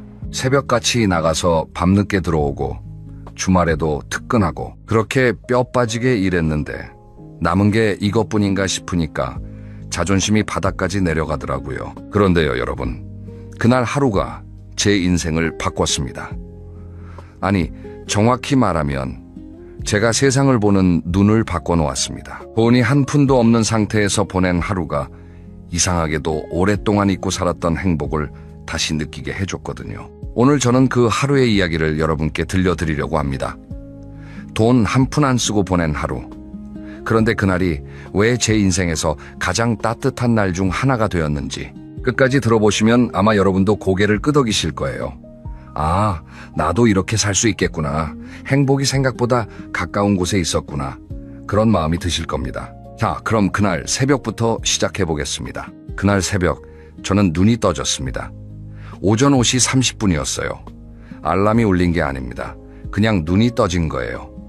나이가 드니까 새벽에 저절로 눈이 떠집니다. 젊었을 때는 알람 3개를 맞춰놔도 못 일어났는데 지금은 몸이 알아서 깨우더라고요. 그런데 그날은 좀 달랐습니다. 눈을 뜨자마자 가슴이 답답했어요. 어젯밤에 통장 잔고를 확인한 기억이 바로 떠오른 거죠. 32,000원. 그 숫자가 천장에 찍혀있는 것처럼 선명했습니다. 한숨이 나왔어요. 이불을 뒤집어 쓰고 좀 더 자고 싶었습니다. 눈 감으면 현실을 잊을 수 있으니까요. 그때 옆에서 아내가 일어나는 소리가 들렸습니다. 사박사박 슬리퍼 끄는 소리, 부엌으로 가는 발소리, 수도꼭지 트는 소리, 그리고 잠시 후에 된장찌개 끓이는 보글보글 소리가 들려왔습니다. 저는 이불 속에서 그 소리를 듣고 있었어요. 보글보글보글. 그 소리가 참 따뜻하더라고요. 새벽 5시 반에 남편 밥 해주려고 일어나는 사람. 37년을 함께 살았는데 그 소리를 이렇게 가만히 들어본 적이 있었나 싶었습니다. 회사 다닐 때는 알람 소리에 벌떡 일어나서 세수하고 옷 입고 뛰어나갔거든요. 아내가 밥 차려주면 후루룩 먹고 현관문 쾅 닫고 나가고 그때는 그 된장찌개 끓는 소리를 들을 여유가 없었어요. 아니, 솔직히 말하면 관심이 없었던 거죠. 당연한 거라고 생각했으니까요. 그런데 그날 새벽 돈 걱정에 잠을 설치고 이불 속에 웅크려 있으면서 들은 그 보글보글 소리는 달랐습니다. 왜 그랬는지 모르겠어요. 눈물이 나려고 하더라고요. 이 사람이 37년 동안 매일 새벽에 일어나서 나를 위해 밥을 지어왔구나. 내가 돈을 많이 벌 때도, 지금처럼 통장에 3만 원밖에 없을 때도 한결같이 저는 이불을 걷고 일어났습니다. 부엌으로 갔어요. 아내가 깜짝 놀라면서 물었습니다. 어머, 왜 벌써 일어났어요? 저는 괜히 헛기침을 하면서 대답했죠. 그냥 잠이 깨서. 사실은 된장찌개 소리가 나를 불러서 일어난 건데 그 말은 차마 못했습니다. 68 먹은 남자가 그런 말을 하기엔 좀 쑥스러웠거든요. 아내가 차린 아침 밥상을 보겠습니다. 된장찌개 하나, 계란 프라이 2개, 김치, 그리고 어제 남은 콩나물 무침. 이게 전부였어요. 솔직히 화려한 밥상은 아니었습니다. 냉장고에 남은 것들로 만든 거니까요. 그런데 여러분, 그 밥상 앞에 앉았을 때 느낌이 이상했습니다. 배가 고프니까 된장찌개 국물을 한 숟가락 떴는데 그게 그렇게 맛있을 수가 없는 거예요. 뜨끈한 국물이 목을 타고 내려가면서 속이 확 풀리는 느낌. 아, 이 맛이었구나. 회사 다닐 때는 점심마다 밖에서 사 먹었습니다. 10,000원짜리 백반만 2,000원짜리 김치찌개 정식 가끔은 동료들이랑 3만 원짜리 고기도 먹었죠. 그런데 그 비싼 밥들이 이 된장찌개보다 맛있었나? 지금 생각해보면 잘 모르겠어요. 그때는 배를 채운 거였지 마음까지 채운 건 아니었던 것 같습니다. 아내가 맞은편에 앉아서 저를 봅니다. 맛있어요? 저는 고개를 끄덕였어요. 맛있다. 그 짧은 대화가 참 좋았습니다. 거창한 말이 아니어도 마주 앉아서 같은 밥을 먹고 같은 국물을 나누는 것. 그게 얼마나 큰 행복인지 저는 그날 처음 알았습니다. 밥을 다 먹고 나니까 기분이 좀 나아졌어요. 아까 이불 속에서 느꼈던 그 답답함이 조금 풀렸습니다. 배가 부르니까 세상이 조금은 견딜만 하더라고요. 사람이 참 단순하죠. 따뜻한 밥 한 끼면 마음까지 따뜻해지니까요. 그런데 문제가 있었습니다. 밥은 먹었는데 하루를 어떻게 보내야 할지 막막했어요. 회사 다닐 때는 아침부터 저녁까지 할 일이 빽빽했잖아요. 그런데 퇴직하고 나니까 하루가 이렇게 긴 줄 몰랐습니다. 24시간이 이렇게 길었나? 시계를 볼 때마다 바늘이 안 움직이는 것 같았어요. 더구나 돈도 없으니 어디 나가서 뭘 할 수도 없었습니다. 커피숍, 아메리카노 한 잔에 4,500원입니다. 영화, 중장년 할인받아도 7,000원입니다. 마트에서 장보기, 돈이 있어야 장을 보죠. 뭘 하든 돈이 드는 세상이에요. 돈 없이 할 수 있는 게 뭐가 있을까? 저는 운동화를 신고 밖으로 나갔습니다. 특별히 어디 가려는 게 아니었어요. 그냥 집에만 있으면 답답하니까 걸어보자 싶었던 거죠. 목적지 없이 그냥 걷기 시작했습니다. 아파트 단지를 빠져나와서 동네 골목길로 접어들었어요. 아침 7시쯤이었을 겁니다. 출근하는 사람들이 바쁘게 걸어가고 있었습니다. 양복 입은 젊은 사람, 교복 입은 학생 유모차 끌고 가는 젊은 엄마, 다들 어디론가 가야 할 곳이 있는 사람들이었어요. 저는 갈 곳이 없었습니다. 그런데 이상하게도 그게 나쁘지 않았어요. 바쁘게 지나가는 사람들을 보면서 생각했습니다. 나도 32년 동안 저렇게 뛰어다녔지. 매일 아침 지하철에 몸을 밀어넣고 회사까지 1시간 반을 서서 가고 도착하면 이미 지쳐 있었어요.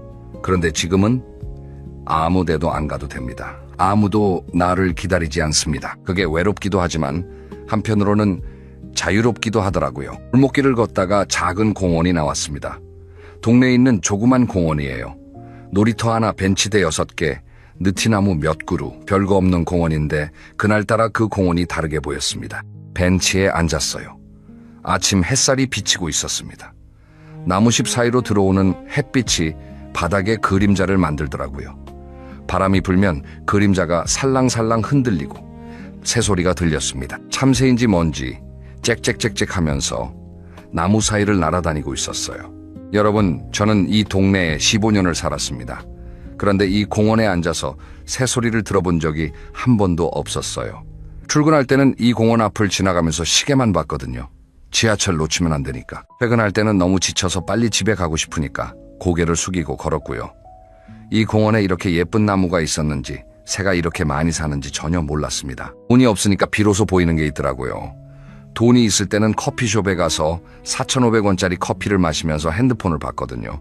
그게 휴식이라고 생각했어요. 그런데 지금 돈 한 푼 안 들이고 벤치에 앉아서 햇살을 맞고 있으니까 이게 진짜 휴식이구나 하는 생각이 드는 거예요. 공원에 앉아 있으니까 동네 어르신들이 하나둘씩 나오시기 시작했습니다. 아침 운동 나오신 분들이에요. 반갑게 인사를 하셨어요. 여기 앉아 계시네. 산책 나오셨어요? 저도 인사했습니다. 네, 날씨가 좋아서요. 그 중에 한 분이 옆에 앉으셨어요. 김 선생님이라고 불리는 분인데 저보다 4살 위 72살이신 분이에요. 이분이 말을 걸어오셨습니다. 요즘 어때요? 건강은 좀 괜찮아요? 저는 건강 이야기를 시작으로 이런저런 대화를 나눴습니다. 날씨 이야기, 동네 이야기, 자녀 이야기, 특별한 내용은 아니었어요. 그런데 그 대화가 좋았습니다. 왜 좋았냐면요. 아무런 목적이 없는 대화였거든요. 회사 다닐 때 나누는 대화는 전부 목적이 있었어요. 보고회의, 지시, 협조 요청. 전부 무언가를 위한 대화였죠. 퇴직하고 나서도 모임에서 나누는 대화는 요즘 뭐 하고 지내? 돈은 좀 모아놨어? 이런 식으로 서로 비교하게 되는 대화가 많았고요. 그런데 김 선생님과 나눈 대화는 달랐어요. 어제 텃밭에 상추 심었는데 잘 자라더라고. 우리 집 앞 골목에 고양이가 새끼를 낳았어. 이런 이야기요. 돈 이야기, 자랑 이야기, 비교하는 이야기가 하나도 없었습니다. 그냥 살아가는 이야기, 그게 이렇게 편안할 수가 있구나 싶었어요. 김 선생님이 저한테 이런 말씀을 하셨어요. 나는 매일 아침 여기 와서 1시간씩 앉아있어. 그냥 앉아서 바람 쐬고 지나가는 사람 구경하고. 처음에는 할 일 없어서 나온 건데 지금은 이 시간이 하루 중에 제일 좋아. 저는 그 말이 귀에 꽂혔습니다. 할 일 없어서 나왔는데 그게 하루 중 가장 좋은 시간이 되었다고요. 돈이 드는 일이 아닙니다. 특별한 장비가 필요한 것도 아니고요. 그냥 나와서 앉아있는 것뿐인데 그게 행복이 될 수 있다니. 저도 그날부터 깨달았어요. 행복에는 입장료가 없다는 걸. 이 공원에 들어오는데 돈 내는 사람 없잖아요. 햇살 쬐는데 요금 내는 사람 없잖아요. 바람 맞는데 결제하는 사람 없잖아요. 자연이 주는 것들은 전부 공짜입니다. 그런데 우리는 그 공짜를 누릴 줄 몰랐던 거예요. 돈 주고 사는 것들에만 익숙해져 있으니까요. 공원에서 1시간쯤 앉아 있다가 일어났습니다. 좀 더 걸어보고 싶었거든요. 동네 뒷산 쪽으로 올라가는 산책로가 있어요. 정식 등산로는 아니고 동네 사람들이 다니면서 자연스럽게 만들어진 길이에요. 오르막이 좀 있지만 힘들 정도는 아닙니다. 천천히 올라갔습니다. 급할 것 없으니까 쉬엄쉬엄 갔어요. 회사 다닐 때는 등산도 빨리빨리 했거든요. 정상 찍고 빨리 내려와야 한다면서 씩씩거리며 올라갔는데 지금은 그럴 필요가 없잖아요. 한 발 한 발 천천히 올라가면서 주변을 둘러봤습니다. 흙 냄새가 나더라고요. 축축한 흙 냄새. 어렸을 때 시골 외갓집 마당 냄새가 떠올랐습니다. 풀 냄새도 나고 나무 사이로 바람이 지나가면 나무잎이 살랑거리는 소리가 들리고 이게 전부 공짜입니다. 산 중턱쯤 올라가니까 벤치가 하나 있었어요. 거기 앉아서 동네를 내려다봤습니다. 아파트들이 줄줄이 서 있고 그 사이로 도로가 보이고 작은 상가들이 보이고 제가 15년을 살아온 동네인데 이렇게 위에서 내려다본 적은 처음이었어요. 거기 앉아서 생각했습니다. 저 아파트 안에서 사는 사람들 다들 각자의 걱정이 있겠지. 돈 걱정, 건강 걱정, 자녀 걱정. 나만 힘든 게 아니구나. 다들 각자의 무게를 지고 살아가고 있구나. 그 생각을 하니까 이상하게 마음이 좀 가벼워졌어요. 나만 불행한 게 아니라는 사실이 이상하게도 위로가 되더라고요. 산을 내려오는 길에 주민센터 앞을 지나갔습니다. 평소에는 그냥 지나쳤던 곳인데 그날은 입구에 붙어있는 안내문이 눈에 들어왔어요. 시니어 무료 프로그램 참가자 모집, 서예 기타 요가, 컴퓨터 교실 영어 회화, 전부 무료였습니다. 저는 깜짝 놀랐어요. 이런 게 있었어? 15년을 살았는데 주민센터에서 이런 프로그램을 하는 줄 전혀 몰랐거든요. 안내문을 찬찬히 읽어봤습니다. 서예 교실이 눈에 들어왔어요. 매주 수요일 오전 10시부터 낮 12시까지 참가비 무료 재료도 제공. 서예를 배워보고 싶었던 적이 있었거든요. 그런데 바빠서 돈 들어서 이런저런 핑계로 미뤄왔었는데 지금은 시간도 많고 돈이 없어서 오히려 무료 프로그램이 딱 맞는 상황이 된 거예요. 참 아이러니하죠? 돈이 없어서 발견한 기회라니. 집으로 돌아오니 오전 11시가 조금 넘었습니다. 산책하고 공원에서 쉬고 산책로 올라갔다 내려오고 주민센터 구경하고 3시간 반 정도를 밖에서 보냈는데 돈은 한 푼도 안 썼어요. 그런데 기분은 좋았습니다. 몸도 적당히 피곤하고 마음도 한결 가벼워졌고 집에 들어가니까 아내가 부엌에 있었어요. 냉장고를 열어보고 있더라고요. 저도 옆에 가서 같이 냉장고를 들여다봤습니다. 냉장고 상황을 말씀드리면요.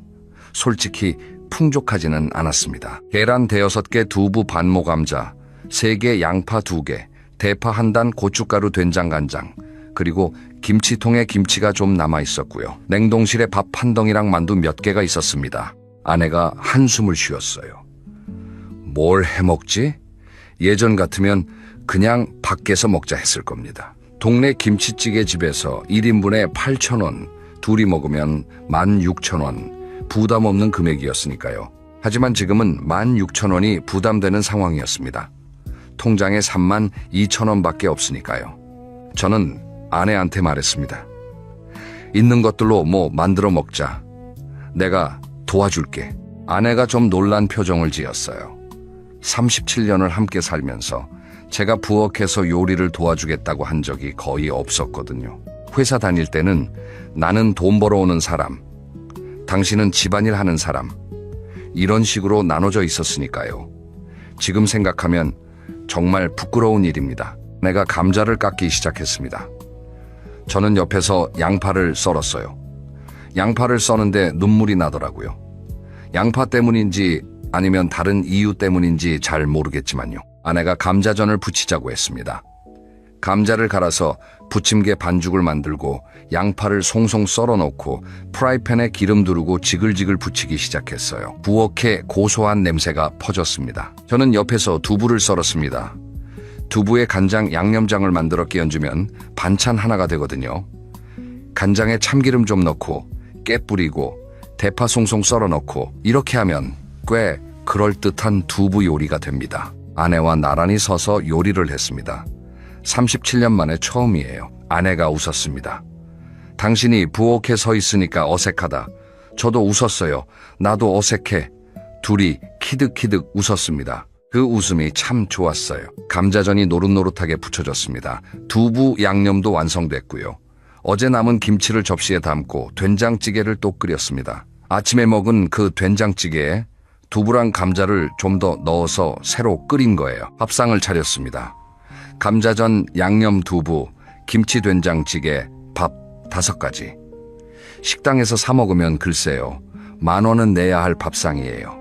그런데 우리는 냉장고에 있던 재료로 추가 비용 0원에 이 밥상을 차린 겁니다. 여러분, 그 밥상 앞에 앉았을 때 느낌을 뭐라고 말씀드려야 할까요? 뿌듯함? 아니, 그것보다 더 큰 감정이었어요. 내가 만든 밥이라는 것, 아내와 함께 만든 밥이라는 것, 그리고 돈 한 푼 안 들었다는 것. 이 3가지가 합쳐져서 묘한 감동이 되더라고요. 감자전을 한 입 베어 물었습니다. 바삭하고 고소했어요. 솔직히 맛집 감자전보다 맛있었냐고 물으시면 객관적으로는 아닐 수도 있어요. 하지만 제 입에는, 제 마음에는 그날 그 감자전이 인생 최고의 감자전이었습니다. 아내가 맞은편에서 감자전을 먹으면서 말했어요.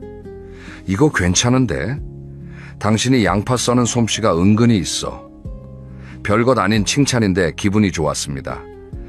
68배 받는 칭찬이 이렇게 기분 좋은 줄 몰랐어요. 밥을 먹으면서 아내와 이런저런 이야기를 나눴습니다. 평소에는 TV 켜놓고 밥 먹거든요. 뉴스 보면서 후루룩 먹고 일어나는 게 습관이었어요. 그런데 그날은 TV를 안 켰습니다. 그냥 둘이 마주보고 앉아서 이야기를 했어요. 아내가 물었어요. 당신 오늘 아침에 산책 갔다 왔어? 응. 뒷산 올라갔다 왔어. 좋았어? 응, 좋았어. 거기서 동네가 다 보이더라. 나도 내일 같이 가도 돼? 그럼 같이 가자. 짧은 대화죠? 특별한 내용도 없어요.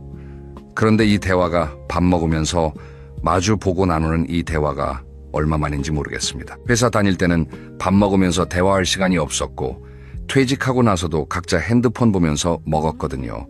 아내가 무슨 생각을 하는지, 요즘 뭐가 좋고 뭐가 힘든지 물어본 적이 언제였는지 기억이 안 났어요. 그때 깨달았습니다. 아, 나는 37년 동안 이 사람 옆에 있으면서 이 사람을 잘 모르고 살았구나. 바쁘다는 핑계로, 피곤하다는 핑계로 마주 앉아 이야기하는 시간을 아껴왔구나. 시간을 아낀 게 아니라 가장 소중한 시간을 버린 거였습니다. 밥을 다 먹고 설거지를 했습니다. 이것도 제가 했어요. 아내가 또 놀라더라고요. 오늘 왜 이래? 무슨 일 있어? 없어요. 아무 일 없어요. 그냥 하고 싶으니까 하는 거예요. 평소에 안 하던 사람이 하니까 이상해 보이는 거지. 사실 이게 원래 당연한 거잖아요. 설거지를 하면서 생각했습니다. 돈이 많으면 식당에 가서 먹고 설거지 같은 건 할 필요가 없어요. 하지만 돈이 없으니까 직접 만들어 먹고 직접 설거지를 하고 그 과정에서 아내와 함께하는 시간이 생기고 대화가 생기고 웃음이 생기고 돈이 없어서 잃은 것도 있지만 돈이 없어서 얻은 것도 있다는 걸 알게 됐어요. 물론 여러분, 제가 돈이 필요 없다고 말하려는 건 아닙니다. 돈은 중요합니다. 돈이 없으면 힘든 게 사실이에요. 하지만 돈이 없는 상황에서도 행복을 찾을 수 있다는 것, 그걸 말씀드리고 싶은 겁니다. 점심을 먹고 나니까 오후 1시쯤 됐습니다. 좀 졸렸어요. 나이가 드니까 점심 먹고 나면 꾸벅꾸벅 졸리거든요. 소파에 누워서 30분 정도 낮잠을 잤습니다. 에어컨도 히터도 안 틀고 그냥 이불 하나 덮고 잤어요. 창문을 살짝 열어놓으니까 바람이 들어오면서 적당히 시원하더라고요. 낮잠에서 깨니까 오후 1시 30분이었어요. 몸이 개운했습니다. 아내는 거실에서 TV를 보고 있었어요. 저는 슬리퍼를 끌고 안방으로 갔습니다. 뭘 하려고 간 건 아니었는데 옷장 옆에 있는 서랍장이 눈에 들어왔어요. 그 서랍장은 잡동사니를 넣어두는 곳이에요. 뭐가 들어있는지 솔직히 저도 잘 몰랐습니다. 심심하니까 한번 열어봤어요. 오래된 물건들이 가득 들어있더라고요.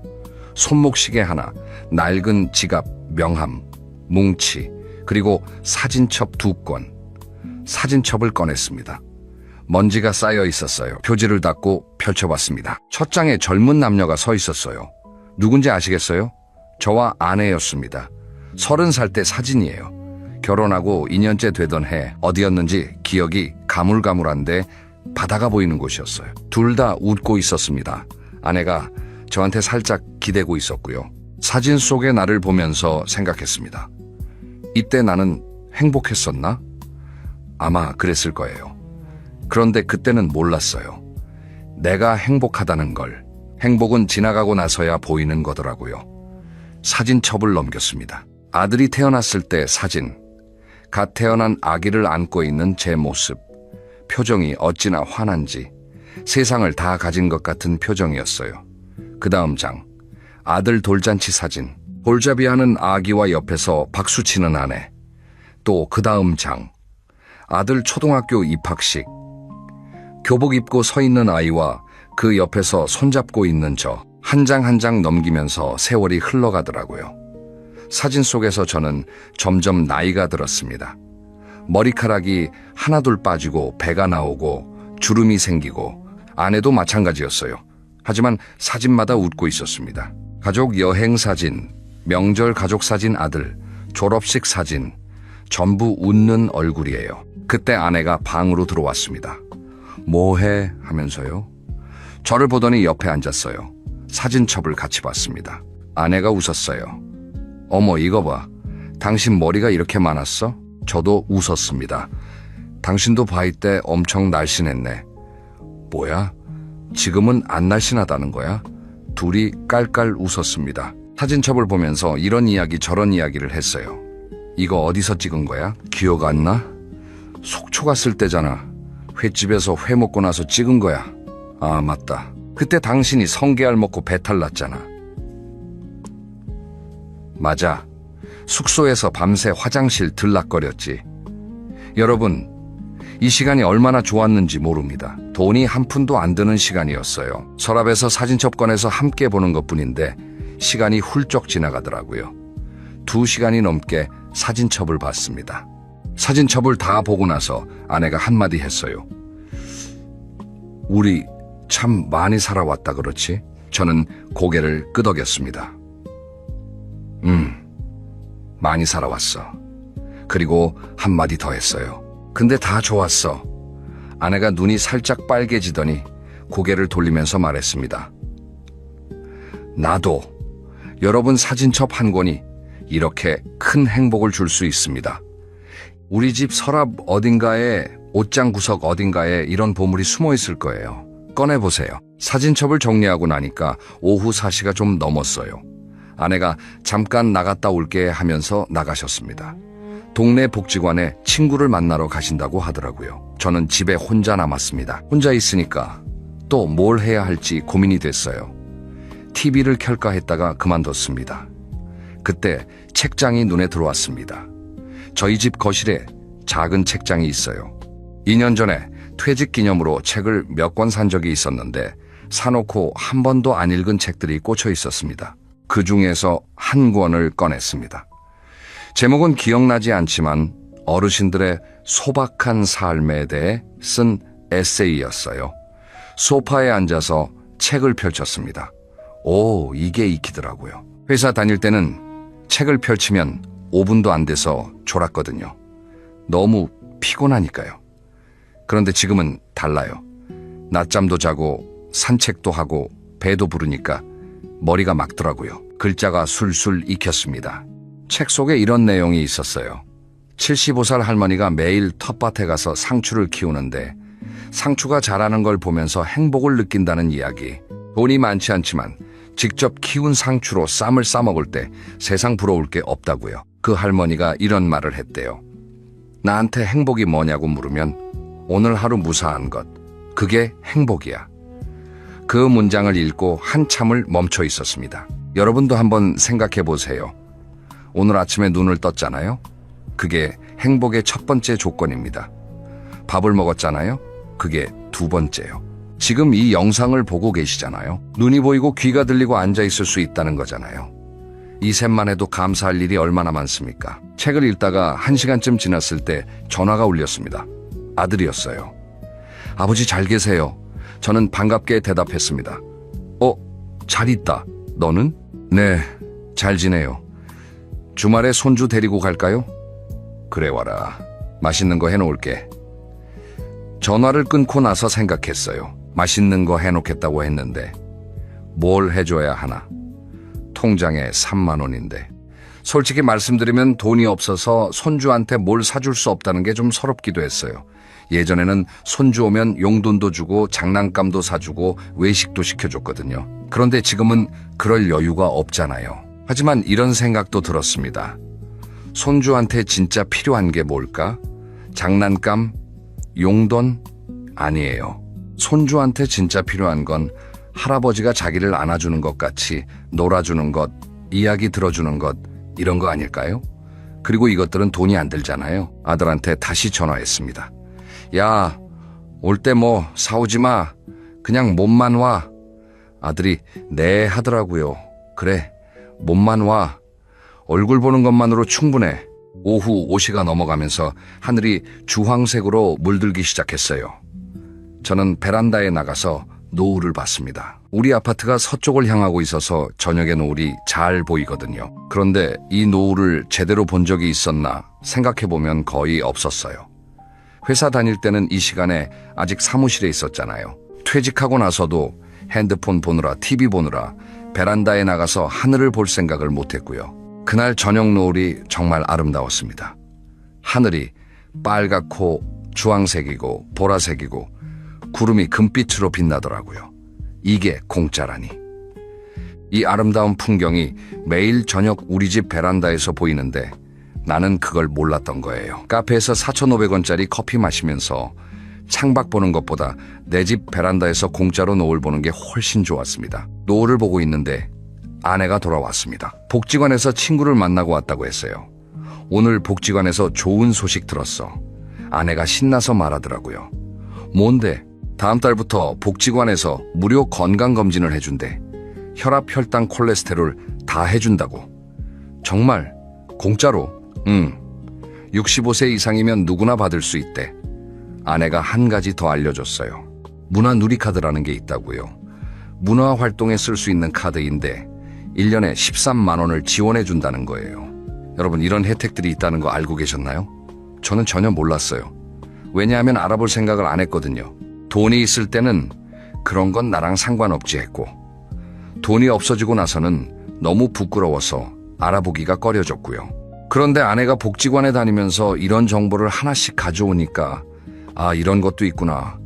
세상이 생각보다 우리한테 손 내밀고 있구나 싶었습니다. 아내와 함께 저녁을 준비했습니다. 점심때 남은 감자전을 데우고 계란찜을 만들고 김치 꺼내고 밥을 지었어요. 또 돈 한 푼 안 든 밥상이었습니다. 하지만 아까 점심때와는 느낌이 달랐어요. 점심때는 냉장고에 남은 걸로 어떻게든 만들자라는 약간의 서러움이 있었거든요. 그런데 저녁 때는 이것들로 이만큼 만들 수 있다라는 뿌듯함이 있었습니다. 같은 상황인데 마음가짐이 달라진 거예요. 저녁을 먹으면서 아내한테 말했습니다. 오늘 하루 돈 한 푼도 안 썼다. 그렇지? 아내가 고개를 끄덕였어요. 나도 안 썼어. 복지관 가는 것도 걸어갔다 왔으니까. 둘이 합쳐서 지출 0원. 그런데 돌아보면 하루가 알찼습니다. 아침에 함께 밥 먹고 산책하고 이웃이랑 이야기 나누고 점심에 같이 요리하고 사진첩 보면서 웃고 책 읽고 노을 보고 저녁에 또 같이 밥 먹고 돈 한 푼 안 썼는데 이렇게 꽉 찬 하루를 보낸 적이 얼마 만인지 모르겠어요. 저녁을 먹고 설거지를 마친 후 아내와 거실에 앉았습니다. 아내가 TV를 안 켜더라고요. 평소에는 저녁 먹고 바로 TV를 켰는데 그날은 안 켰어요. 대신 이런 말을 했습니다. 오늘 좋았어. 아내가 조용히 말했어요. 뭐가? 제가 물었죠.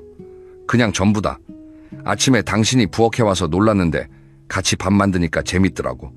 사진첩도 오랜만에 봐서 좋았고 이런 날이 또 있었으면 좋겠다. 저는 가만히 듣고 있었어요. 그리고 생각했습니다. 이 사람이 바라는 게 뭘까? 해외여행, 백화점 쇼핑, 고급 레스토랑? 아니었어요. 이 사람이 바라는 건 그냥 함께하는 시간이었습니다. 같이 밥 만들고 같이 사진 보고 같이 앉아있는 시간. 그게 전부였어요. 그런데 저는 37년 동안 그걸 몰랐습니다. 돈을 벌어오는 게 내 역할이라고 생각했고 돈으로 가족을 행복하게 해줄 수 있다고 믿었어요. 돈이 없으니까 비로소 알게 됐습니다. 아내가 원한 건 돈이 아니라 나의 시간이었다는 걸. 오후 8시쯤 오래된 친구한테 전화를 했습니다. 고등학교 동창인데 이름은 상호라고 하겠습니다. 상호야, 나야. 오랜만이다. 무슨 일이야? 아니, 그냥 전화해봤어. 그냥? 웬일이야, 그냥 전화하는 게? 친구도 놀라더라고요. 야, 내일 시간 되면 만나자. 어디서? 그냥 동네 공원이나 가자. 뭐 하게? 아무것도 안 하게. 그냥 앉아서 이야기하자. 상호가 웃었어요. 좋아, 그러자. 전화를 끊고 생각했습니다. 예전에는 친구를 만나면 반드시 어디 가서 뭘 했거든요. 고기 먹으러 가자, 술 한잔하자, 골프 치러 가자. 전부 돈이 드는 일이었어요. 한 번 만나면 적어도 5만 원에서 10만 원은 썼습니다. 그러다 보니 지갑이 얇아지면 만남도 줄어들더라고요. 그런데 오늘 제가 상호한테 제안한 건 공원에서 만나자는 거였어요. 비용 0원입니다.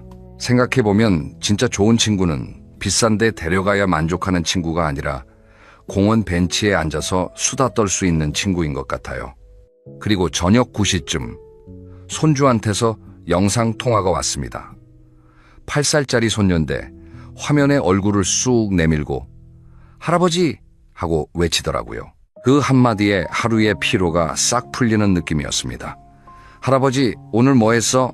손녀가 물었어요. 저는 대답했습니다.